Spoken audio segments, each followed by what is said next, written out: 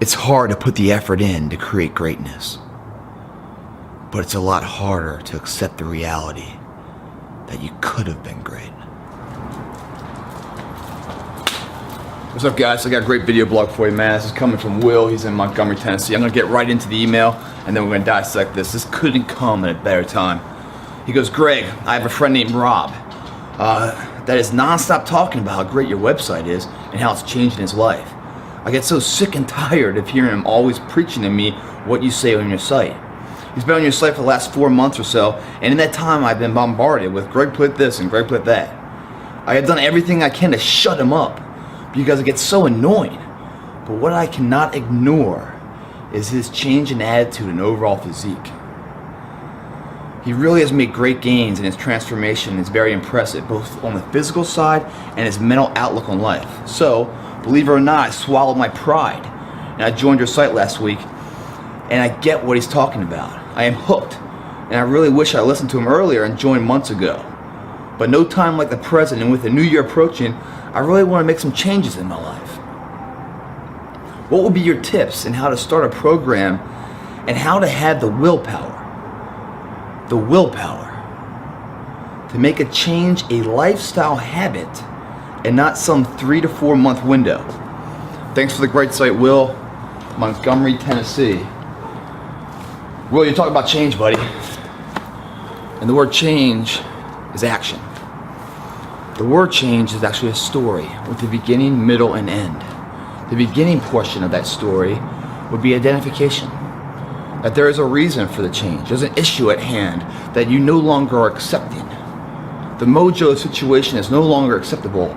It must change. Then we go into the middle part of that story, which is the action, where you need the willpower, to push change into the desired result of the end of the story, where it is habitual and it's not 3 or 4 month window of hello and goodbye. How do we do that, man? I say it's a good time for this email because it's the month of December. The month of December is one of my favorite months. Why? Because everyone comes together in celebration for the holidays and rejoicing all the successes and triumphs throughout this year. Identifying their shortcomings, their failures, where they could have improved more. It's a time of celebration and rejoicing, as well as a time of personal reflection of where things could have been better, where their effort could have been applied more efficiently for a better desired outcome. During this time in December, we're allowed to kind of pump the brakes on work, take a deep breath, let the voices come to a whisper, and kind of evaluate where we are before we embark on the next year. In that time, people come up with lists of things they want to improve personally, to be the person they want to be next year. They get the monkey off their back. That list is usually called New Year's resolutions. And they go about it as if the vault of power that's been blockaded and hidden from them for the entire year will open its doors January 1st to give you the power to overcome all of these barriers and handicaps that you've embarked and allowed to bestow upon your life. That's fucking bullshit. So what they do, they believe that. They think that's the truth. So they go, all right, January 1st, tomorrow, that's the day. I'm gonna make all the changes tomorrow, January 1st. But before then, let's celebrate. New Year's Eve, man. You know, tomorrow I'm gonna quit drinking, but tonight I'm getting loaded. Tomorrow I'm gonna quit smoking. Tonight I'm a chimney. Tomorrow I'm gonna, start eating right, but tonight everything's game. And they go through all the debaucheries of life in that night, thinking the next morning when they wake up to start that new year, they're gonna have all the power and be that fucking hero, where they can overcome all these barriers for the first time in their life. That's a system of disaster that will fail every single day and twice on Sunday. You're setting yourself up for failure. You can never succeed there because we don't have enough fuel in the tank. We don't have enough willpower. Willpower is a combination of due diligence, dedication, work ethic, sweat equity, sacrifice. All of that is the willpower needed for change. Change is where we currently are. We don't want to be there. We have to go against our will, fighting against our will, the willpower, to stop the habitual patterns of weakness that continue to output the same result. We want a better output, a better life. Therefore, we must change up the nomenclature of the system, improve it, if we ever wanted to output something of higher quality. How do we do it? How do we use willpower to create a change that turns into an involuntary action of habitual habits, character, where work is it and it doesn't take effort to continue that path, with a force driving that locomotive in action, that force driving the progress of change isn't willpower anymore, it's love. And it becomes easy. How do we do that? I'll break it down for you. First, identification that there is need for a change. You must identify a change is needed. We're gonna go into each one of these, guys, but here's a table of contents of this video blog, man. Identification that a problem exists and needs a change. A reason for the birth of the change. Part 1. Part 2, identifying the enemy. The enemy is that fucking wall stopping you from where you currently are to where you want to be. And where is it we want to be? The better life. That comes in many forms. In the health and fitness world, it becomes getting in shape, living a healthy lifestyle, going from soft to hard or fat to thin, improving your cardiovascular shape, lowering your blood pressure and cholesterol, having longevity in your life. That's a health. Maybe it's controlling our resources and financial side so we can get out of debt this year and actually start saving money.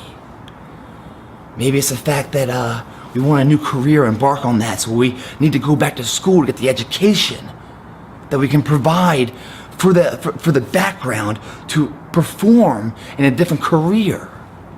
All these things are changes that are needed to transform you from current state to an improved state. What's in between that is the enemy, the bridge.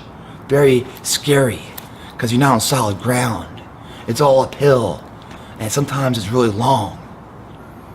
That's the enemy. We have to identify what that is. It's within us.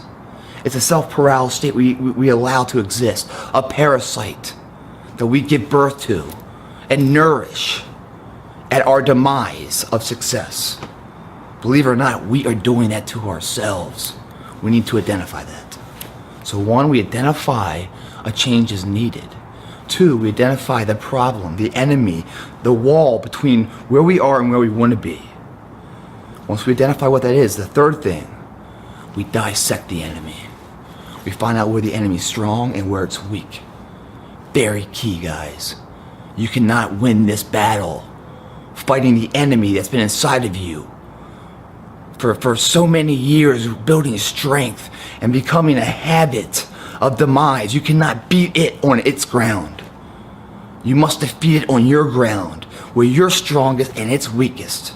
And how do you defeat it? With willpower. That's part 4. But what is willpower? We're going to go into that. It's going to shock you what willpower is, because it's not a strong mental state of mind. It's a depreciating asset. It's like the energy in your cell phone. Every night you gotta recharge it. It depreciates every single day the more you use it, and you only have so much every day.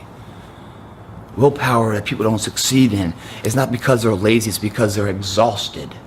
We'll get more into that. Then part 5, it becomes a daily battle every single day. A winnable, achievable daily goal, daily battles that add up to win the war. And that fight is with the willpower.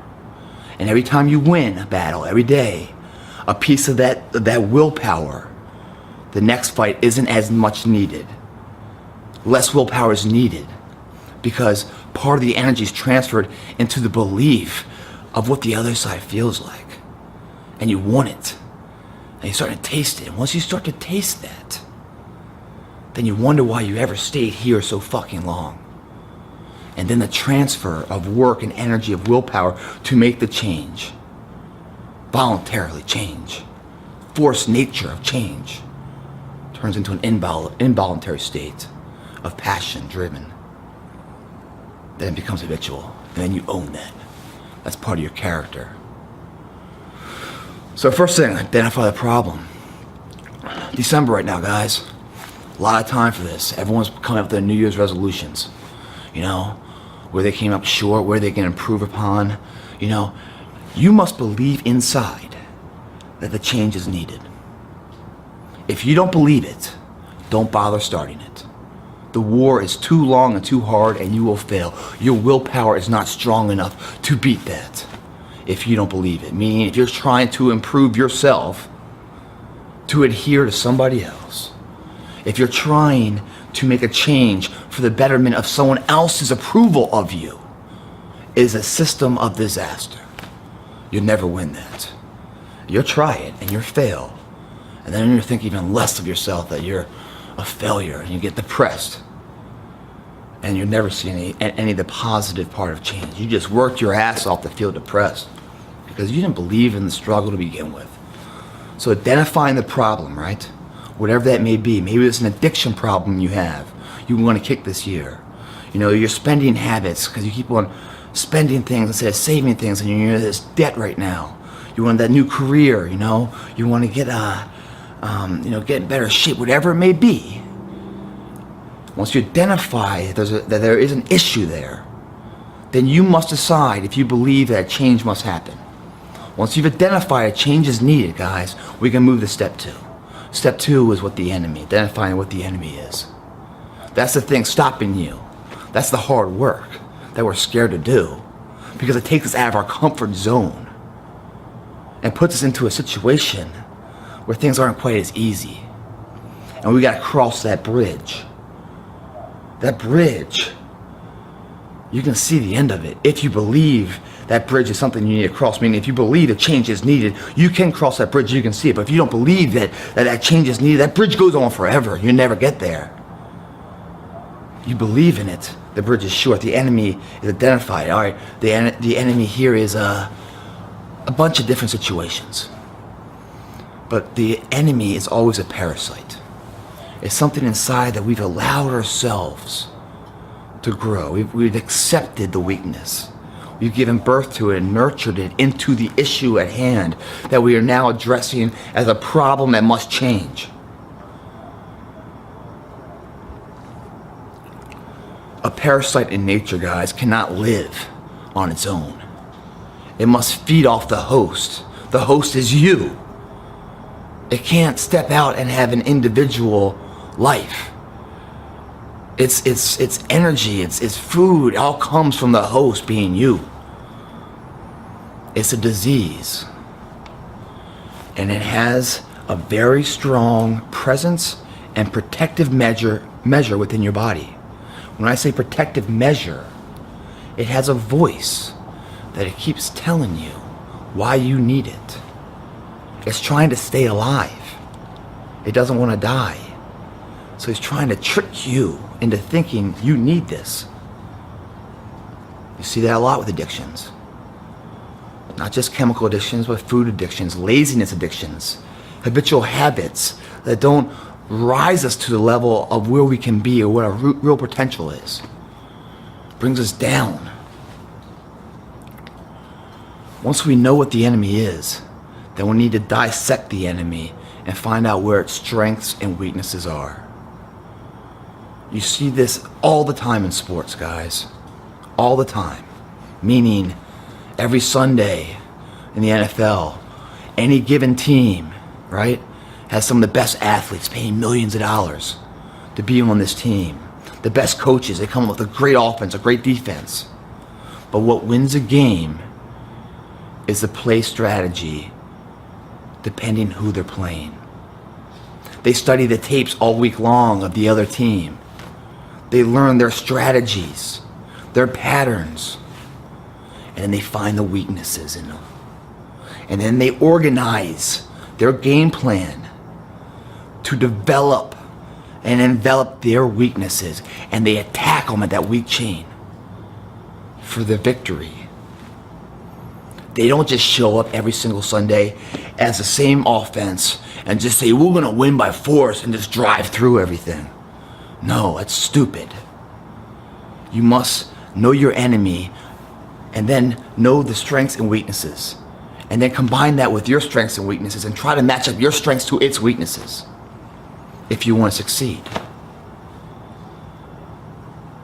You know, when I was wrestling, you know, I always thought that I could just, you know, if I was bigger and stronger than my opponent, the sheer force of power could override and win every match. I could just force that motherfucker into submission. I could just force the move just by power. It wasn't until later that I realized that speed and technique are the real tools of a champion. Meaning, if I was going to shoot on this guy, I would set him up for failure first. I would pump fake, so he coming back, open himself up, a window of weakness, then I shoot in. If I was doing a duck under, I push his head down, his natural reaction is to fire back up. As he fires back up, I duck under. Basically, he's doing the move for me. Fluid, easy, making my opponent show his weaknesses so I can attack with my strength against his weakness. I can win that. If I go at it with his strength against my strength, that's stupid. I always say, guys, in the gym, the greatest muscle you learn and you grow and you build is your brain. There's a million ways to do it. All roads lead to Rome, basically. But there's an efficient one that's better than all of them. The faster and understanding that you know how to maximize your efforts to get the most efficient results out of them is a system of success. Doing the same thing over and over and over again. Just keep on running against that wall, beating yourself up. Might knock it down eventually. But if you know all you gotta do is go to the right and you go right around it, then why are you wasting your time running into the fucking thing? That's just being stupid. Once we know what the enemy is, we know our weaknesses, then we know how to defeat it. And we defeat it with willpower. But before I get into willpower and really tell you what that is, let me give you a few examples of these weaknesses. Of these enemies and where their strengths and their weaknesses. A lot of people have a problem with eating, right? They get hungry and stuff, and they see that cheeseburger, right? That cheeseburger's looking good, man. Smells good, cheese melted on there, some bacon, it looks like, nice bun, man. Man, I'm hungry, you know? That laziness, that weakness inside of you says, go eat it, man. It smells good, I'm drooling, you're hungry, go get it. And you're like, oh yeah, man. And so what you're doing is you're allowing the enemy to develop its strengths in front of you. That voice of the parasite that needs a voice that's trying to stay alive in your body, right? Is telling you, oh, it's so good, it tastes good and everything else. You're hungry, man. You've been working hard, you're hungry, go eat it, go eat it. So you go and you eat it. And right after you eat it, you're fat. Again. But not only fat, you're disappointing yourself. Because your goal is not to do that. And you just did it again. So now you're a little depressed and fat. A lot worse off than where you were. If we look at the same enemy at its weaker state, we can apply the willpower to win it. Meaning we don't look at the now. We invest in the future. We don't look at the hamburger on how good it tastes and how it's steaming and smells good and that we're hungry. We don't have enough willpower to defeat it at that point. We must look past that. Thinking, okay, if I continue to eat that, I'll get fatter. I won't stay on my goals of transformation. What's going to happen is that I'll be depressed because I ate it too. I'll have that negative energy inside of me. You know, you start thinking that way about the cheeseburger. You don't see the cheeseburger as it tastes and how good it tastes. You just see the negative side of it. That's how you view the cheeseburger at its weakest state. Well, hell, thinking of it that way, it doesn't look so tempting, does it? I got enough willpower to Heisman that motherfucker and not embark on that weakness. I move on to the lean chicken breast. The thing about the lean chicken breast and the hamburger at the end state both fill you up great, don't they? Yeah, they do. But what you get out of the chicken breast, as opposed to the hamburger, is a sense of pride, a sense of confidence that you stayed true. You didn't give in to temptation. Small little victory, but it felt good. So next time it happens, you can remember how good you felt.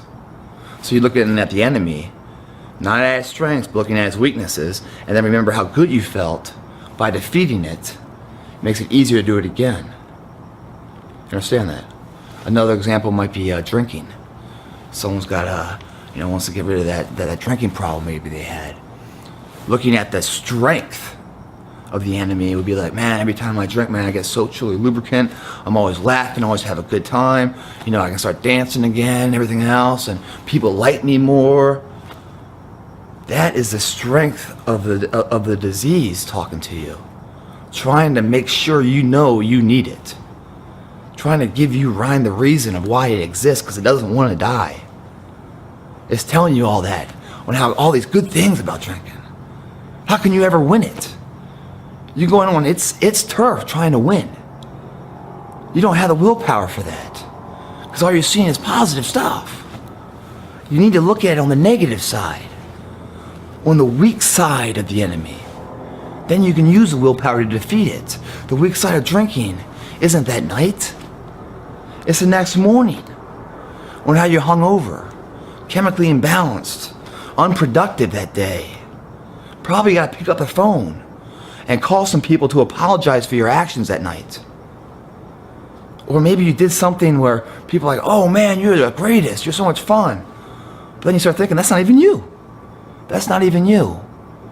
You can only be that way when you're chemically induced with the third element, an outside influence, to create that person.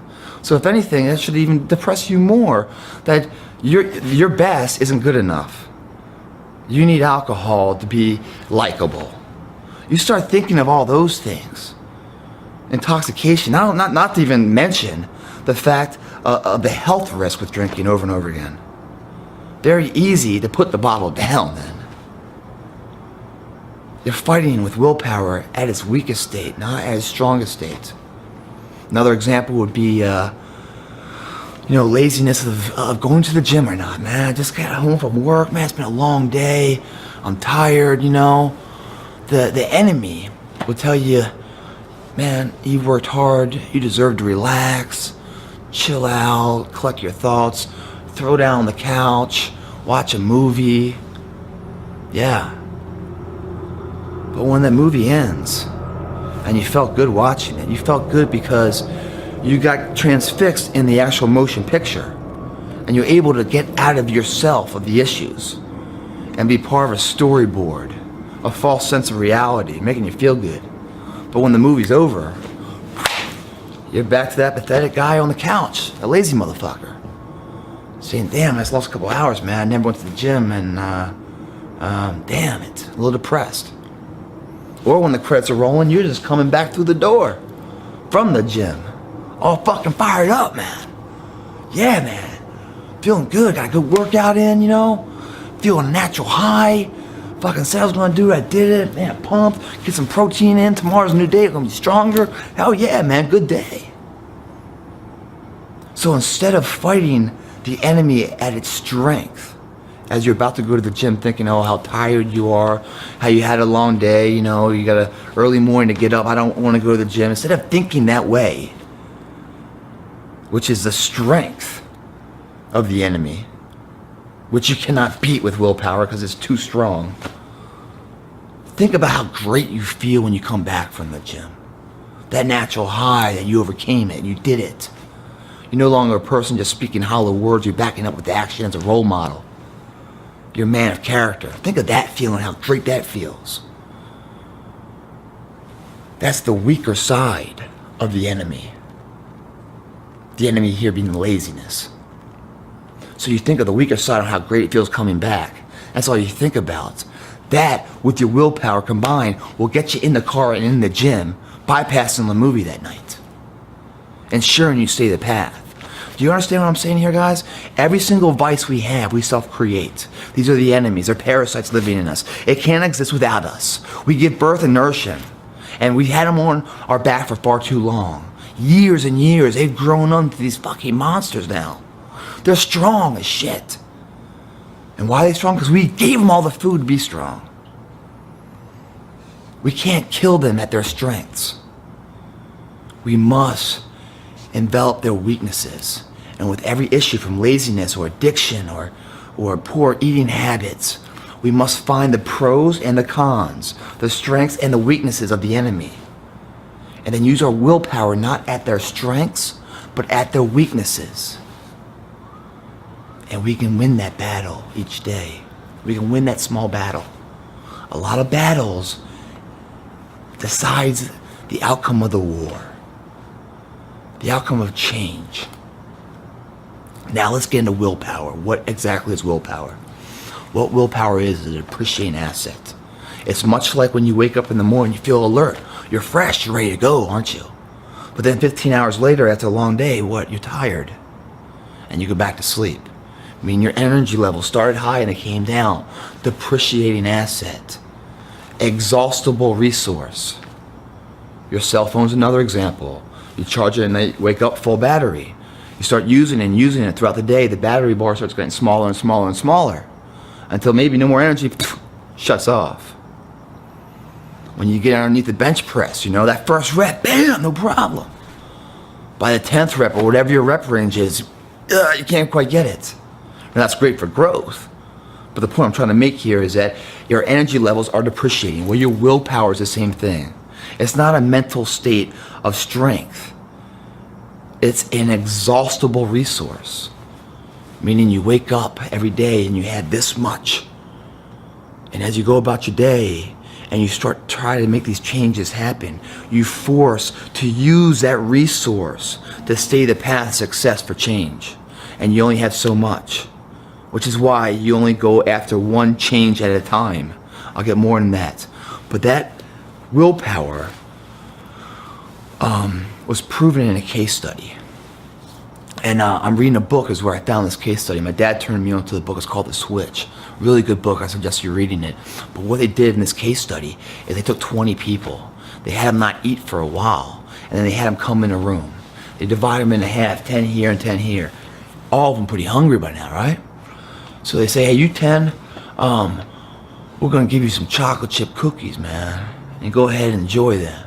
So they bring out this bowl of fucking warm chocolate chip cookies right out of the oven. They're smelling good, they're gooey, and these 10 people are eating them and loving them. Like, this is great, The other 10 motherfuckers told you can't eat them. They're drooling in and shit, man. They want some of that cookie.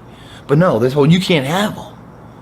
So they have to sit there and use up their willpower to fight the urge. Because they're hungry and it smells good and, but they know they can't, so they don't. What they get is a fucking cold, sorry-ass bowl of radishes. Fucking radishes, man. Who the fuck would eat a radish? I don't think I ever have. I'd rather starve than eat a fucking radish. That's their option. These guys over there eating the moist, Nestle Toll Houses, and I got some fucking radish right out of the garden. This is fucked up. That's how I would be thinking. Pissed off. 20 minutes of that goes by, they pull the food out and they go, guys, we got one more study for you guys, if you guys don't mind. They give everybody a pad of paper. That pad of paper is about, 50 pages. Each page the same, being a maze. They say, hey, I want you guys to start with the pen and try to work your way out to the finish line. If you can't get it, no problem, rip it off and go again. And keep on trying until you get it. They go, cool. So the guys that were eating the chocolate chip cookies, went into it feeling good, full and everything else. Boom, trying, no, okay, kept going. 30, 40 times they tried it. What they didn't know is that maze was unwinnable. There was no solution to the system. It was made to be always failed. What they were testing is how many tries they would do. The people with chocolate chip cookies did it about 30 or 40 times. You know how many times these radish people did it? Average of 4 times before they said, fuck it, this doesn't work. And why is that? Because they just used up all that willpower in not eating the chocolate chip cookies. They only had so much left to work with. And they go into an unsolvable situation, which they don't know, but they try it a few times and they're out of willpower. Fuck it, this thing doesn't work. They're out of here, pissed off. Willpower, depreciating asset. Meaning you only have so much of it. So therefore it's imperative, guys, that when you embark on a change, and that willpower is your dedication, your sacrifice, your due diligence, your sweat equity, your work ethic, all of that is your willpower. The internal drive of combustion. You want to make the most of it. Have an explosion of it. So we go after our demons, these enemies that are in our way of where we want to be, the person we want to be, these walls that we have to hurdle and get around, these parasites that are stopping us. We want to make the most of our willpower. So we attack them at their weakest state. That's the only way we'll have enough willpower to succeed. It's like a firecracker, guys. You put a firecracker in your hand and light it. It might burn you, but you still have a hand. You put that same firecracker in there, the same energy source, same size, and you close your hand on it, engulfing that firecracker. When it explodes, it'll probably take your hand off. That's what we want to do with our willpower. Being smart, knowing it's a depreciating asset. It's not that we're lazy that we stop, it's because we're exhausted. The tank is run dry. We're in our car and we fill up the tank. We're not driving across the country on one tank. We have to refill up.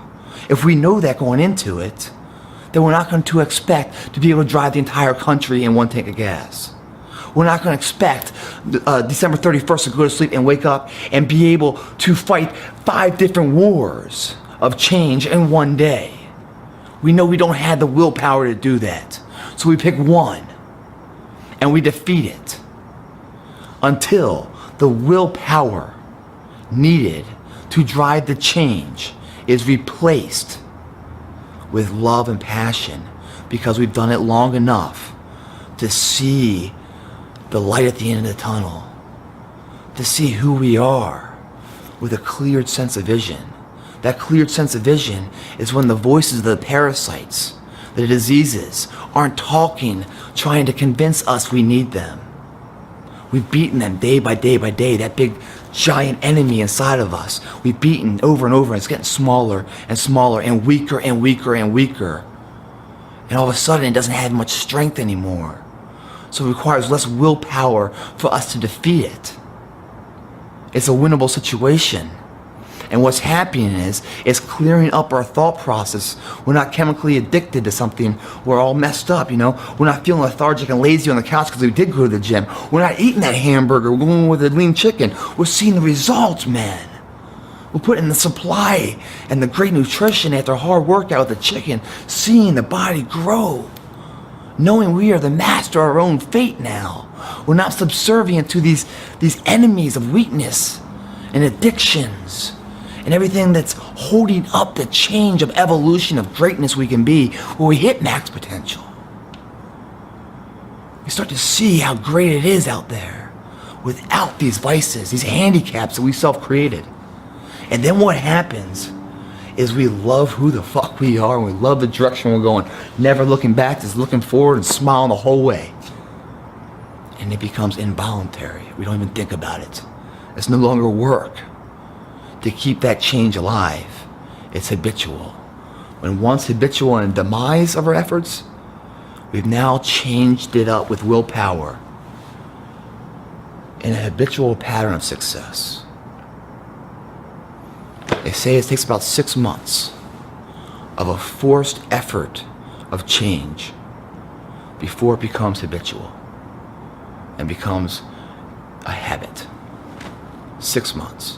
I think that's individually based, depending how bad you want it, how bad you believe the change is required, how badly it's a must. If I ever want to be that person, this must fucking move.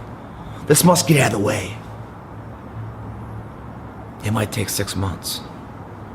But you know what? These New Year's resolutions are called New Year's resolution. That's a year.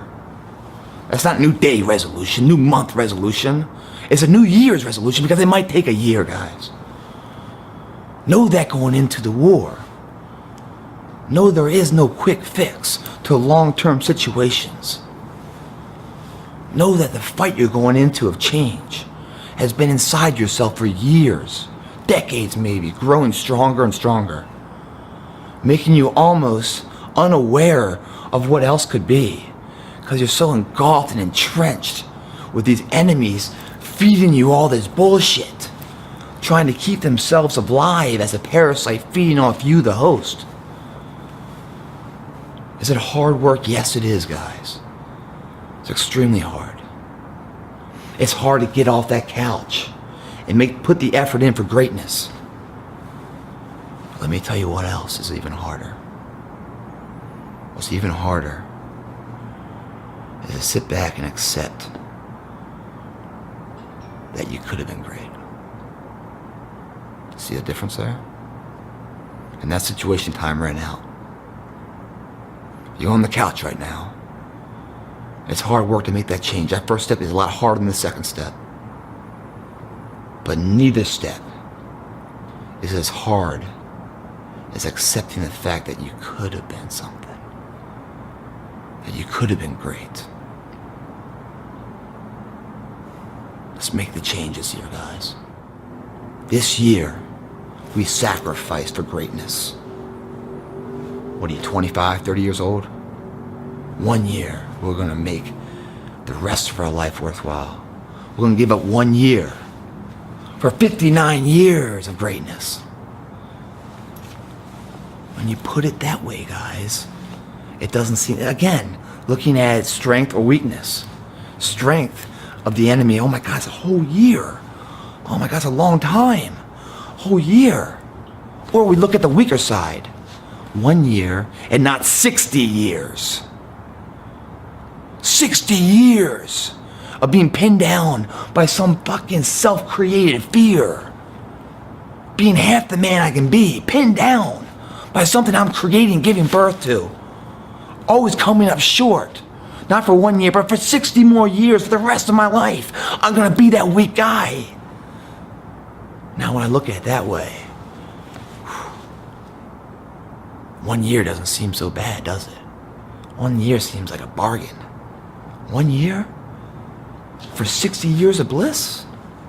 Sign me up. Plitt.